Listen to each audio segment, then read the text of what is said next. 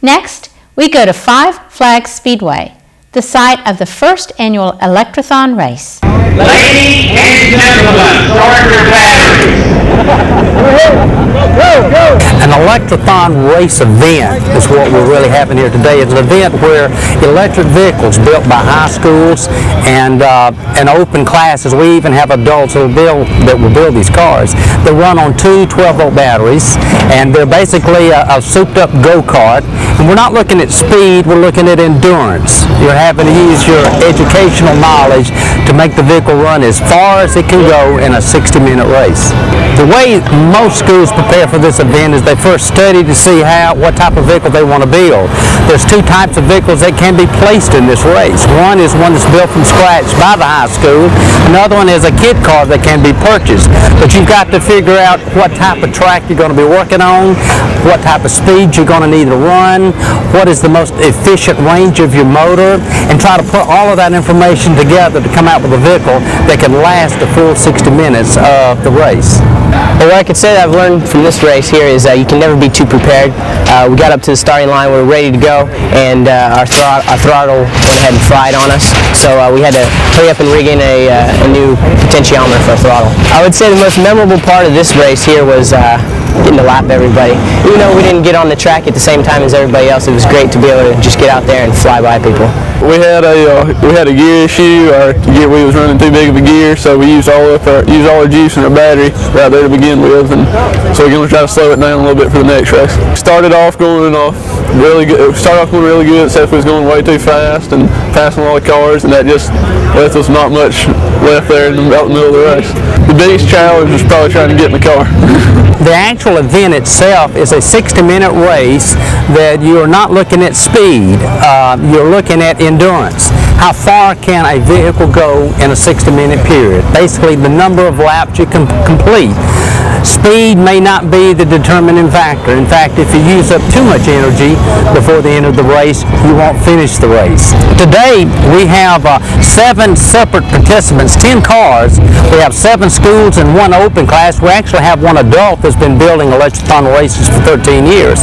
But we have 7 schools. The farthest person coming today is from Miami.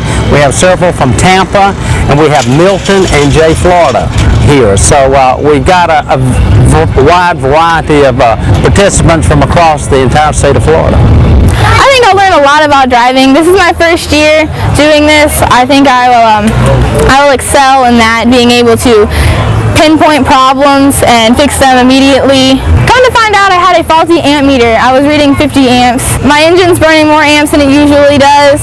We are having some issues with that, and we're just trying to figure it out for the second race. Regulating my amp meter, that's the main key to winning the whole race. So if I did that better, and hopefully I will in the next race, then I'll be able to win. These cars were built back around 2000 whenever we had our first race team, and then they've kind of been passed down, and we've added more cars as we went on, and we've rebuilt the cars and remodeled the cars over and over. These 3 that we have are the most reliable ones we have. We still like these the best. I have learned that we need to have the car done well in advance. That way we have time to practice with the car, get all the little glitches and stuff out of it, get a good feel for the car, have time to practice with it really is the most important thing. I'm going to be going to Embry-Riddle, and they also build a car there as an engineering college. So I think building this car as a first car will definitely help me out because I'll have an insight into how the cars work and how they are built. I learned a lot of technical skill to reel, to cut, to hook up the wires. Yeah, lots of skills. Well, when we were preparing for the race, learned a lot about gear ratios, how they work. RPMs on the motor are going to be higher than they are going to be on the wheel.